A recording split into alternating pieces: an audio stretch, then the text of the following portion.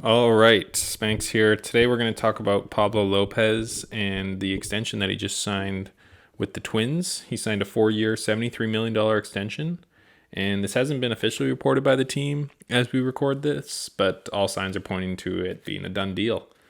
We're just going to break down Pablo as a player, what he's done in the past, what he's been doing differently this year. We're going to look into the trade a little bit between the Marlins and the Twins in the offseason that led to this extension, and we're going to look at the Twins' pitching core as it stands right now. So, yeah, Lopez, he's just turned 27 about a month ago. He's been in the league for about 4 years. This is his 5th year of service time, and so this extension covers 1 arbitration year and then 3 of his free agent years. If we look, he's a solid, steady pitcher in terms of the base numbers. He's kind of struggled with injuries in the past. Back in 21 and 2019, he had a few injuries, but last year he made all 32 of his starts, got up to 180 innings. So we're going to watch that close this year. We're looking for him to get up to 200. But yeah, I would say just at a base, looking at us, he's a solid middle of the rotation guy.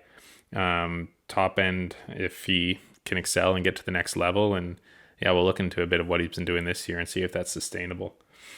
So yeah, when we look at the Twins as a whole, this is an amazing move for them in my opinion. They, out of their 5 currently in their rotation, 3 of them are going to be free agents at the end of this year. So we're looking at Kenta Maeda, Sonny Gray, and Tyler Mahle. They're all going to be free agents at the end of this year, and so locking up a guy like Lopez long term is super valuable for them. This will go all the way into 2027. And I just want to give props to the Twins organization in general. They've made good moves the last couple of years. Buxton's on a bargain of a contract if he's healthy. The Correa move coming in late was nice, and that could really pay dividends later on with these team options. Jury's still kind of out on that, but really solid player. And yeah, when you just look, they seem to make smart moves, good trades, and they know when to move on from guys. But going forward, they're going to have Lopez, they're going to have Joe Ryan. They're going to see if they can get something out of Chris Paddock, and then they're basically looking at young guys if they don't bring back any of their guys this offseason. So maybe a Simeon Woods Richardson, a few other names out there. But yeah, for the Twins, I think this was a very necessary move. We talked a bit about that trade they made in the offseason. They traded from a position, Arise, great player, but a position of a bit of strength. When you look at their farm system, they have some solid infielders coming up. Edward Julian, one of them just came up for them a couple days ago, actually. But they traded from a position of strength to address a weakness, which was long-term pitching depth. So I think to make that deal, to pull the trigger, and then to extend like they have here, I think real props to them on this one. So we're going to look at Pablo Lopez's numbers, his savant numbers. As we can see in 23, he's off to a blazing start, and there's a reason for that, which we'll get into. Let's look at 22 as well. These are solid numbers, kind of just an average middle of the rotation guy.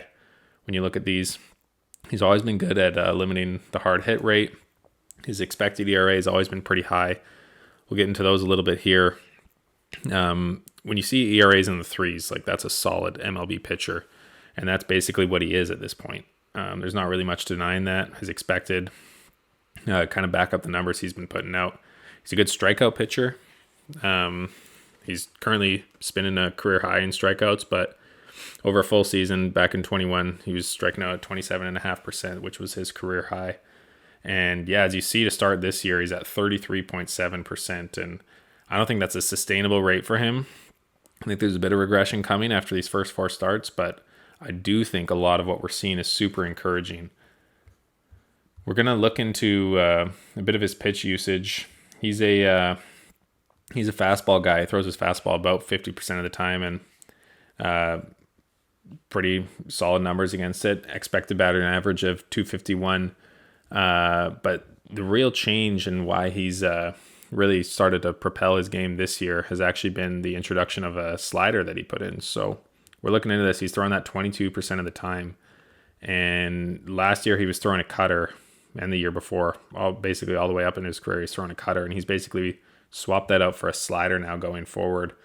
And that slider's having a ton of success. When we look into the numbers here, it's called a sweeper down below here, but he's throwing it 22% of the time, and batters are only hitting 111 against it.